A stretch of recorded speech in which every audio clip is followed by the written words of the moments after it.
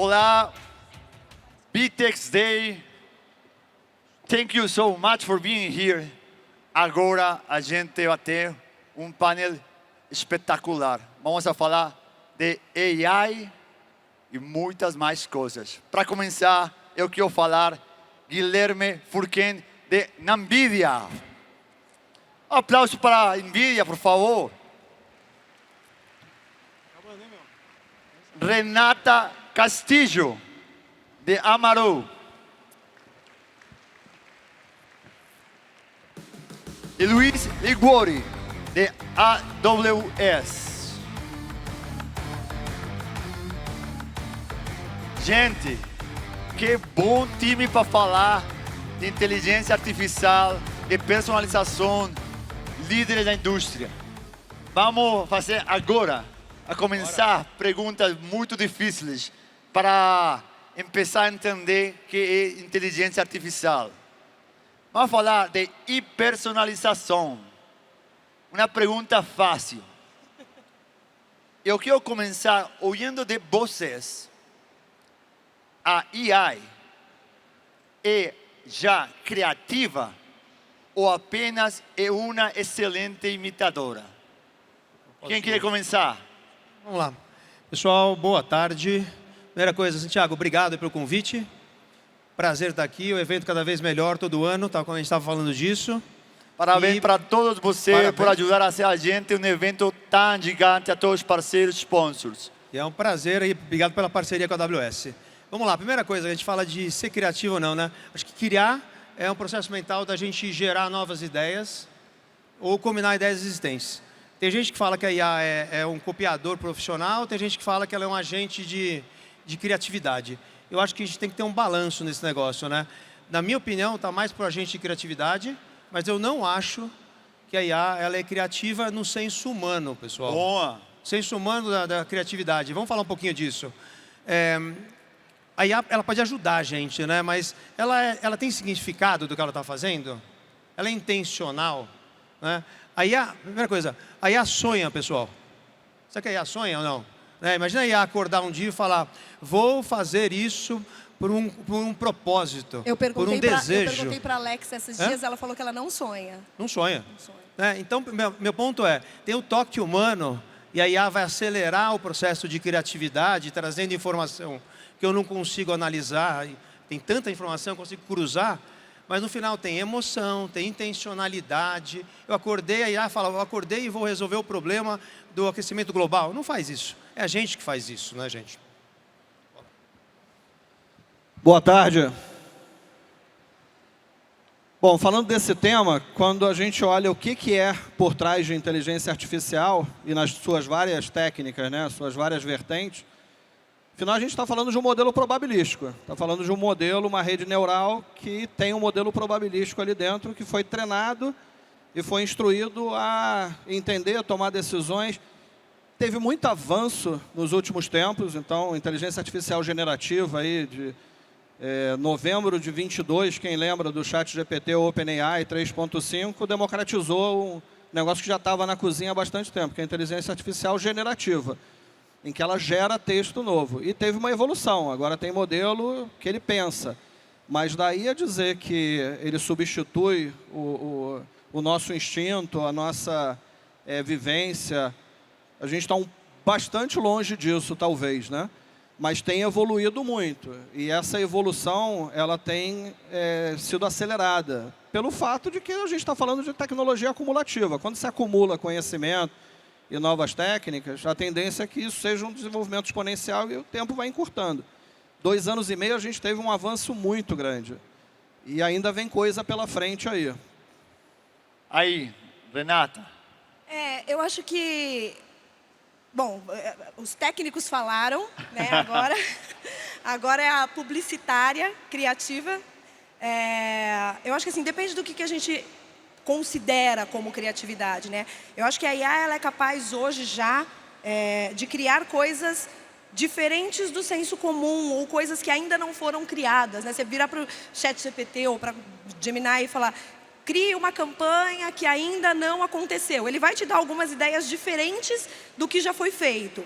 vai ser 100% novo? Dificilmente. Vai ser algo que vai viralizar e que vai ser incrível? Dificilmente. Mas ela pode ser um fator que potencializa a criatividade humana. Então, eu acho que usar a IA em conjunto com a criatividade humana tende a trazer um resultado muito positivo, né? Eu venho explorando bastante essa frente, provocando bastante as ferramentas de IA, justamente para tentar gerar coisas diferentes. Eu acho que é esse o nosso maior desafio, porque ler o que existe disponível nas bibliotecas, ela faz. E numa velocidade muito maior do que a gente, num processamento muito melhor do que o nosso, é um fato. Agora, fazer dali algo diferente, ela ainda não é capaz de fazer, mas combinada à criatividade humana, eu acho que daí saem coisas incríveis.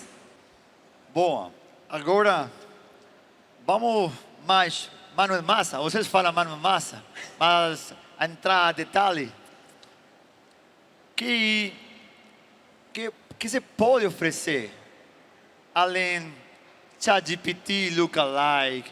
Todo mundo está utilizando hoje ferramentas básicas de AI. Mas as marcas, os retailers e os consumidores, eles buscam personalização. Aí, se todo mundo faz ChatGPT, se todo mundo faz ferramenta, fica commodity, fica igual para todo mundo. Aí eu queria ouvir de vocês que é um exemplo de um impacto real de inteligência artificial. Qual é esse impacto que, de verdade, um retail, uma pessoa da rua pode ver?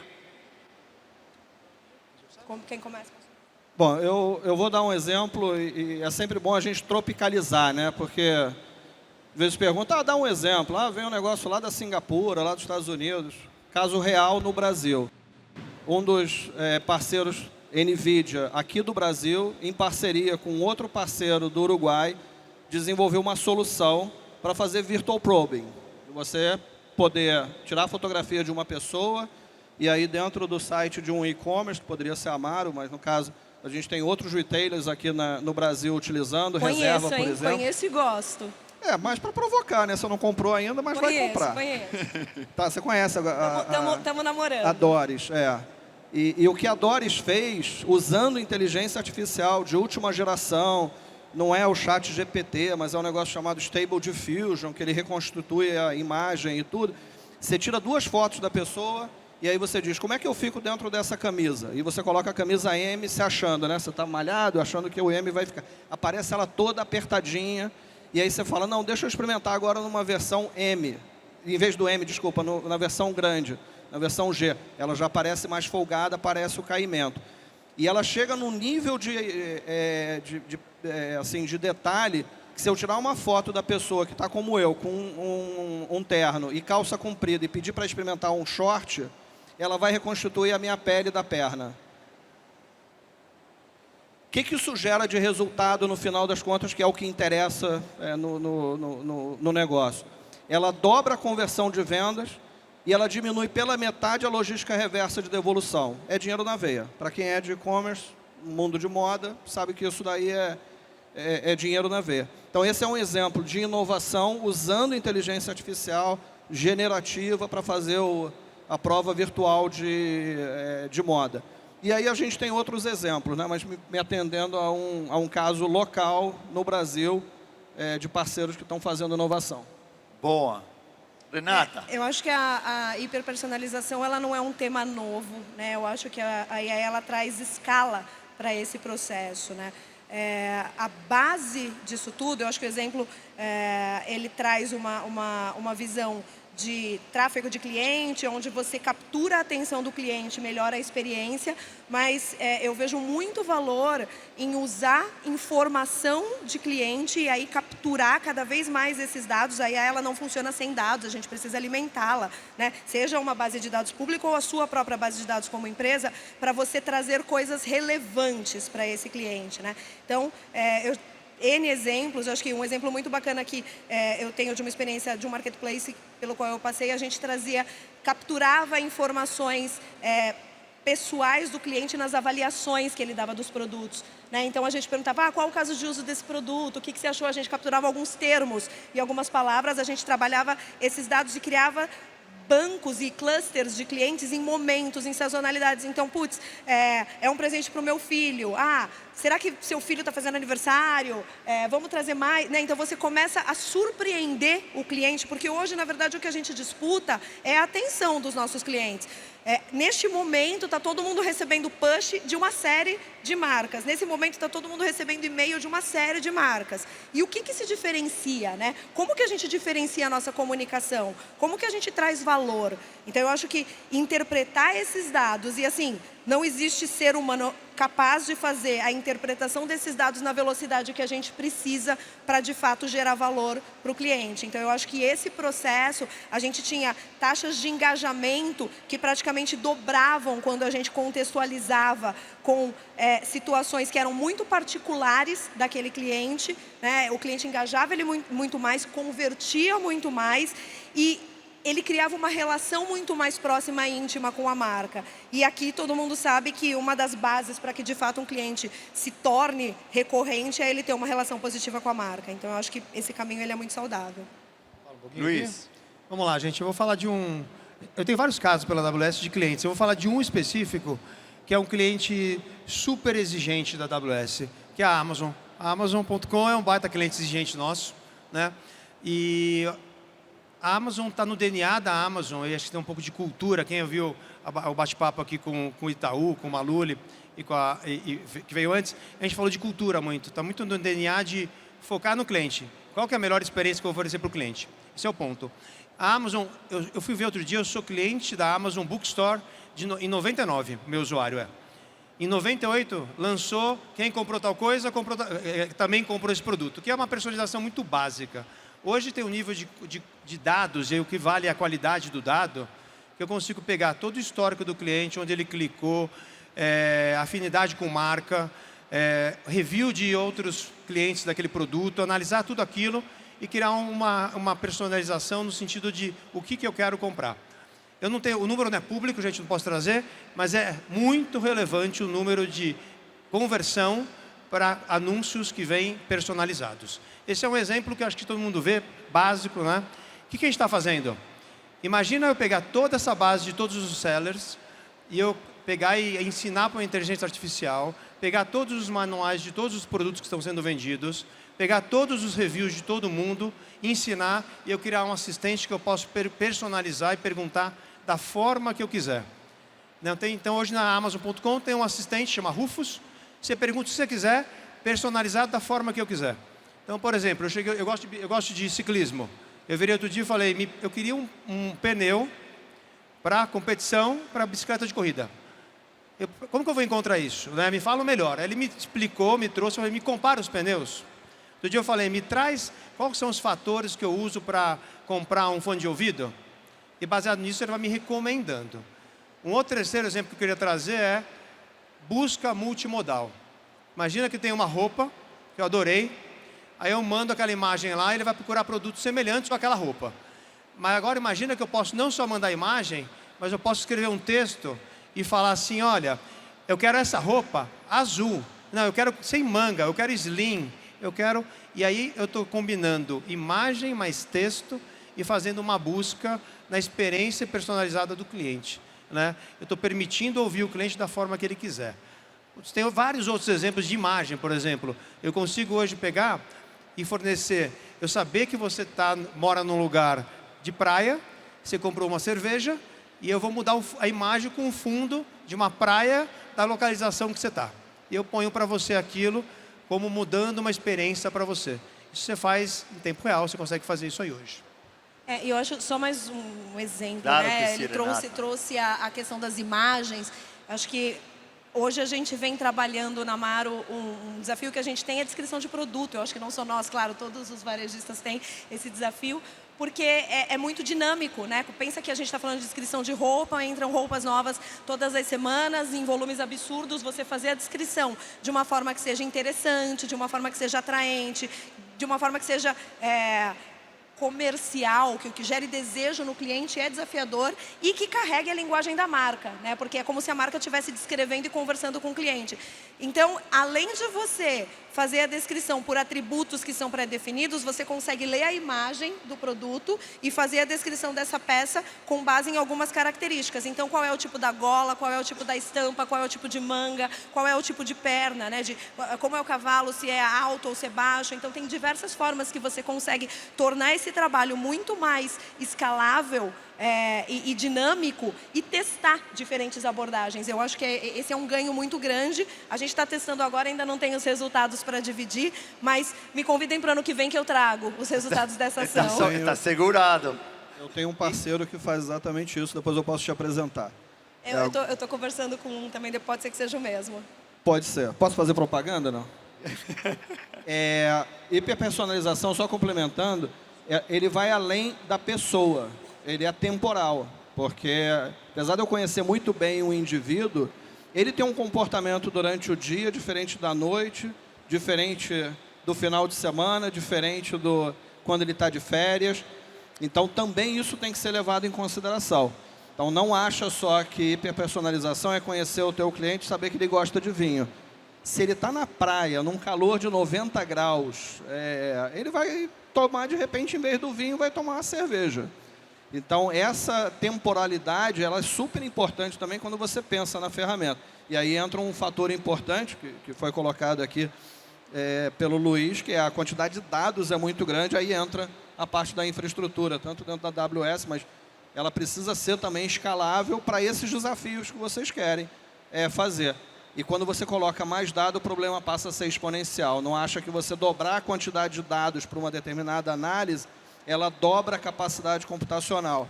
Não, é exponencial o negócio. Então... E tem o ponto que escala quebra tudo, né? Eu fazer para 20 pessoas é uma coisa. A gente sempre fala lá, qualquer coisa de escala quebra tudo. Não tem que ter alguma coisa que salva o mundo. Então, acho que AI permite essa escala, gente. E acho que é exatamente aí que ela ganha o maior valor, né?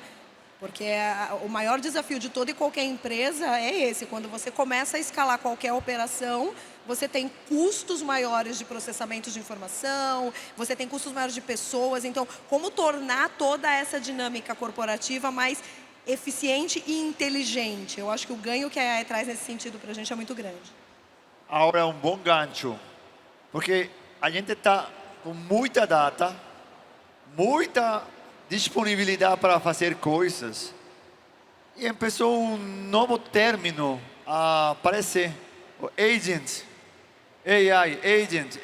agent. Todo mundo fala isso, mas ninguém sabe o que é isso. É automatizar um trabalho, automatizar um flow. Eu queria ouvir de vocês qual é esse potencial dos agentes, quem são eles, por que são bons. É um conceito de marketing ou realidade para os negócios, para fazer grana, para fazer eficiente, ou simplesmente é um buzzword, assim como a gente ano passado escutava metaverso, você lembra, Web3, ou seja, agents é uma coisa real ou é marketing boost? Eu falo um pouquinho aqui. Vamos lá. Pessoal, a gente está falando de Generative AI, né? Já veio a gente que AI e o pessoal ainda está pensando o que vai fazer de Generative AI. Então, a gente tem que acelerar porque a velocidade disso é muito grande, né? Vamos falar um pouquinho de agentes, eu gosto de contextualizar isso. Agente é um sistema que usa um modelo de Generative AI para fazer uma tarefa. Só isso. Ele planeja, ele consegue quebrar uma tarefa, raciocinar e quebrar uma tarefa em partes, e ele consegue executar a tarefa e consegue ainda interagir com você e ter uma interação com você. Quando a gente olha um modelo de Generative AI, ele é o quê? É um grande cérebro numa redoma. Amado mestre, me responde o que eu quiser. Quando eu falo de agente, eu estou dando braço, eu estou dando perna, eu estou dando para ele poder fazer uma tarefa completa. Isso é importante. Como que a gente está vendo isso, gente? Para mim, assim, isso quebra tudo. Quebra a forma que a gente desenvolve, a forma que a gente interage. A gente fala de software as a service, para mim é tarefa as a service. Uma tarefa é um agente que faz uma tarefa, e eu vou vender aquela tarefa e eu vou combinar vários agentes para fazer alguma coisa. Dá exemplos de agentes.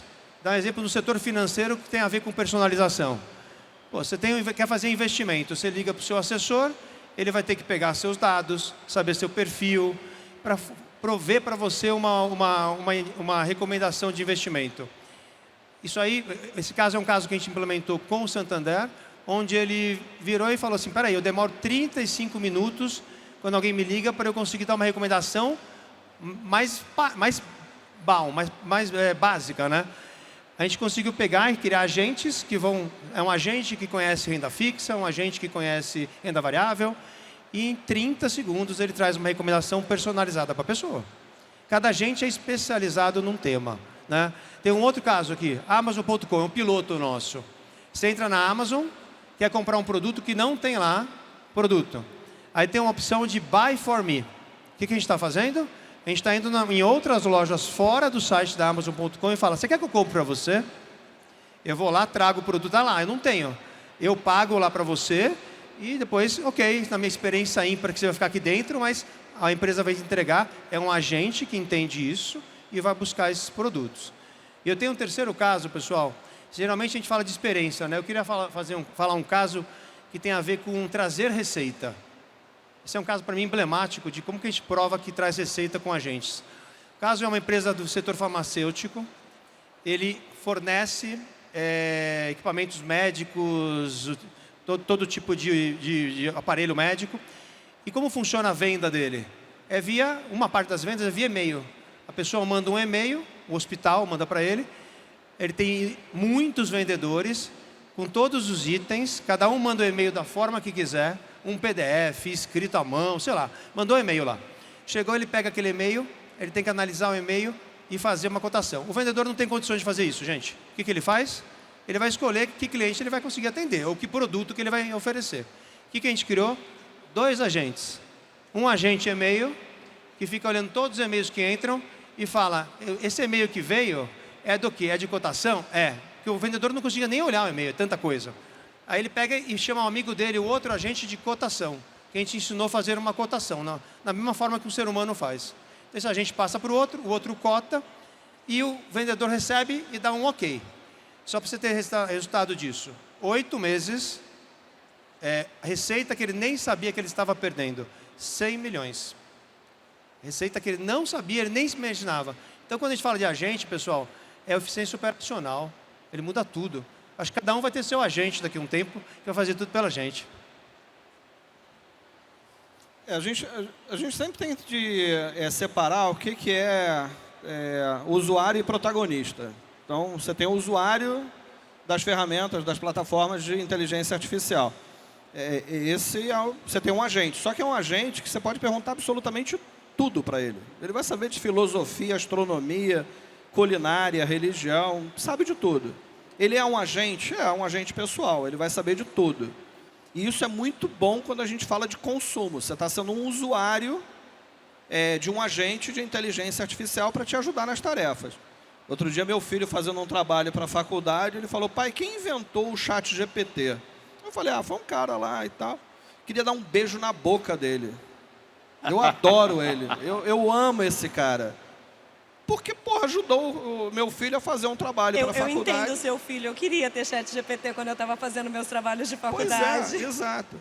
E não é que ele esteja fazendo alguma coisa fora do script.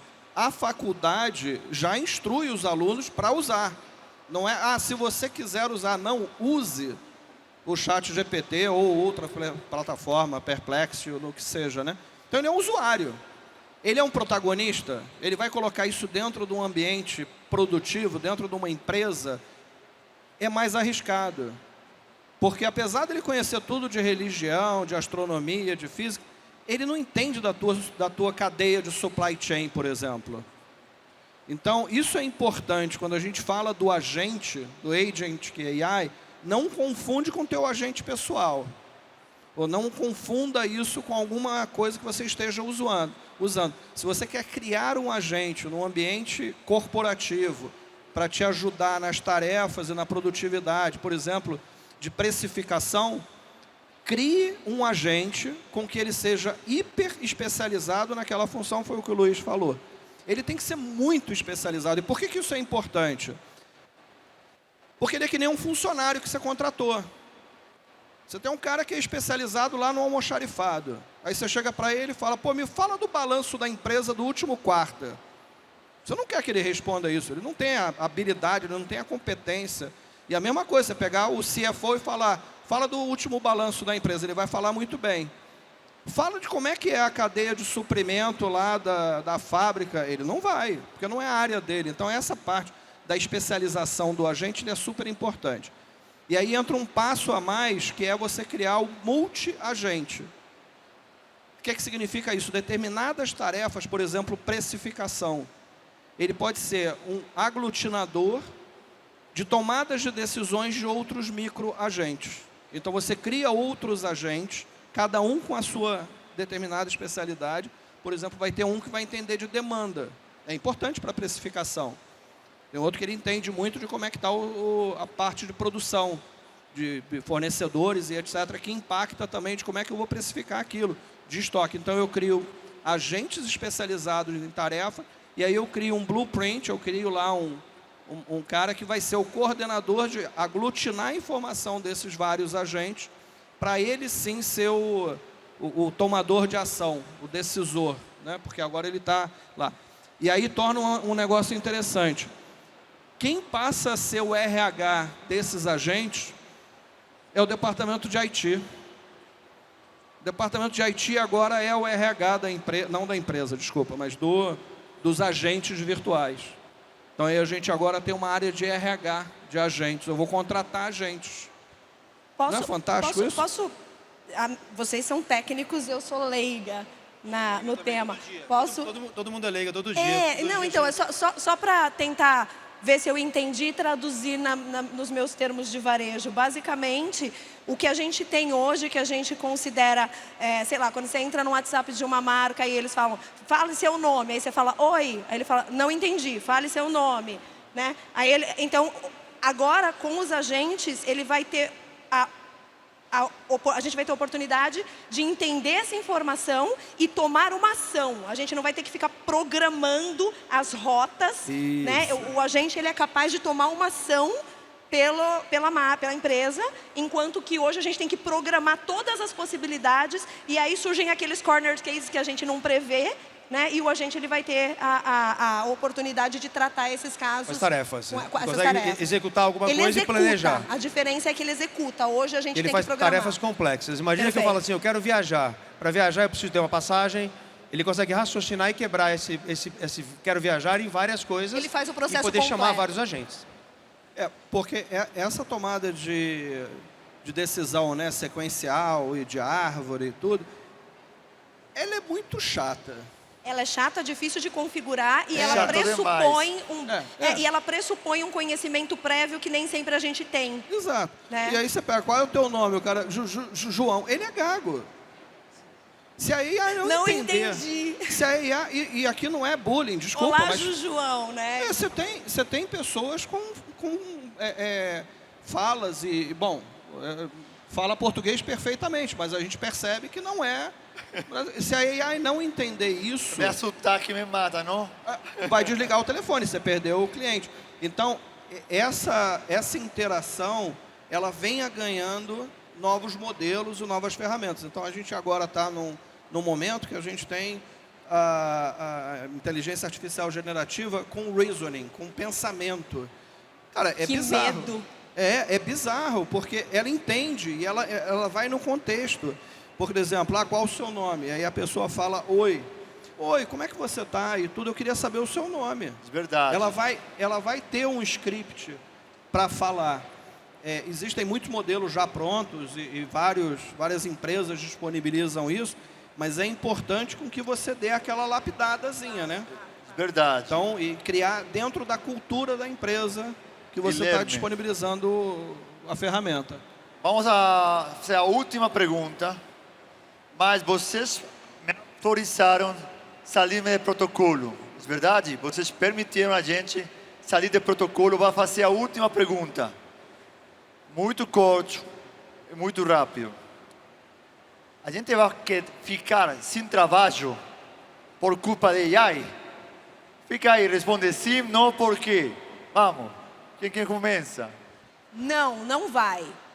A gente falou várias vezes aqui que a AI precisa ser lapidada, que a AI ela precisa de uma inteligência por trás, ela não é criativa, ela estimula a criatividade. Então, eu acho que, na verdade, as funções que hoje ninguém quer executar já, a gente tem aquelas funções da empresa que a gente fala, se essa pessoa ficar muito tempo fazer isso, ela se desmotiva, né? Então, são essas funções que a AI ela vai ocupar. E o ser humano, com todo o seu potencial, ele vai poder ser explorado de outra forma, né? Eu acho que ele vai ter funções muito mais inteligentes, muito mais estratégicas para trabalhar no negócio.